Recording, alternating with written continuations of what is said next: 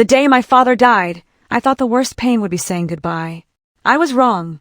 The funeral had barely ended when my stepmother called me into my father's office. She didn't cry. She didn't even pretend to be sad. She folded her arms and looked at me coldly. "You need to pack your things." I frowned. "What?" "This house belongs to me now." I stared at her, waiting for the rest of the sentence. It never came. "I've already changed the locks," she continued. "You have until tonight." I couldn't believe what I was hearing. "This is my home, too." She laughed. "Not anymore. My father had raised me in that house since I was 5 years old. Every birthday, every Christmas, every memory I had was inside those walls. But none of that mattered to her. She placed a small suitcase near the front door. "I suggest you leave quietly." Relatives stood nearby. No one said a word. Not one person defended me. I picked up the suitcase and walked out. As I reached the gate, I looked back one last time. My stepmother smiled. She thought she had won. She had no idea. She didn't actually know who I was. I didn't cry. Not because I wasn't hurt, but because my father had prepared me for this day years earlier.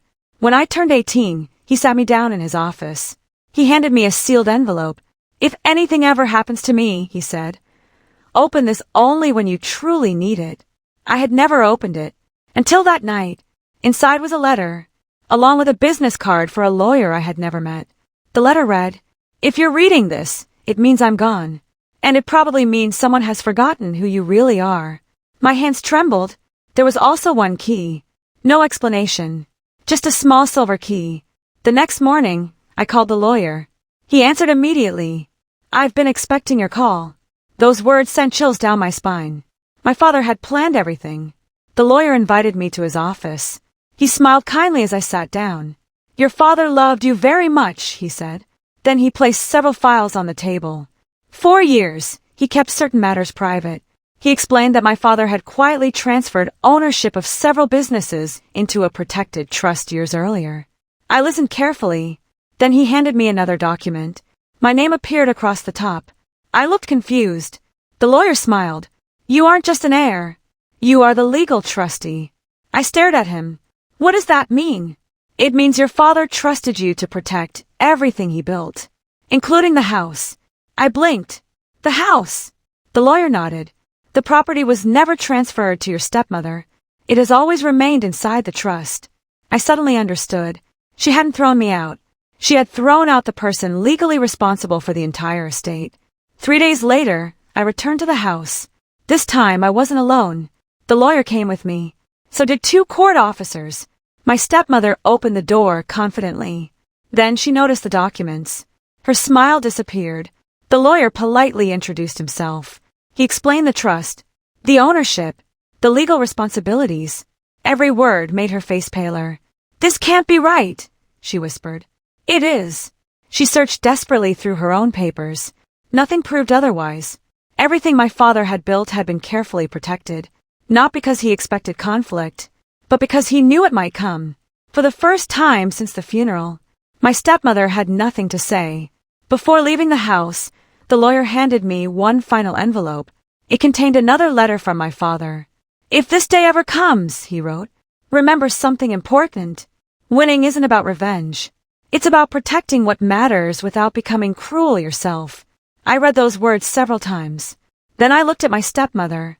She seemed smaller somehow, not because she had lost the argument, but because greed had finally caught up with her. She quietly asked, "What happens now?" I could have treated her exactly as she had treated me.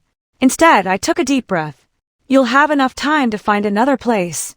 You won't be thrown out today." She lowered her head. For the first time, she looked ashamed. Months later, the estate was finally settled. The businesses continued to grow. The house remained exactly as my father had left it. His office stayed untouched.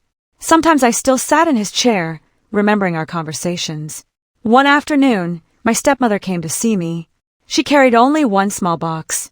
Inside were old family photographs. "I found these in the attic," she said quietly. "I think your father would have wanted you to have them." She paused. "I'm sorry. Not everyone deserves forgiveness, but everyone deserves the chance to tell the truth." I accepted the box. Whether our relationship would ever heal, only time could answer. As I placed the photographs on the shelf, I realized my father had given me something far more valuable than an inheritance. He had given me wisdom. He knew that titles fade. Money comes and goes. But character is revealed when you have the power to hurt someone and choose kindness instead. My stepmother thought she was throwing out a helpless child.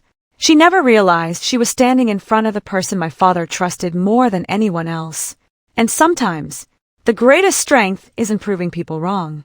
It's proving that no matter what they did to you, you refuse to become like them. And turn on the bell icon so you never miss a new emotional story.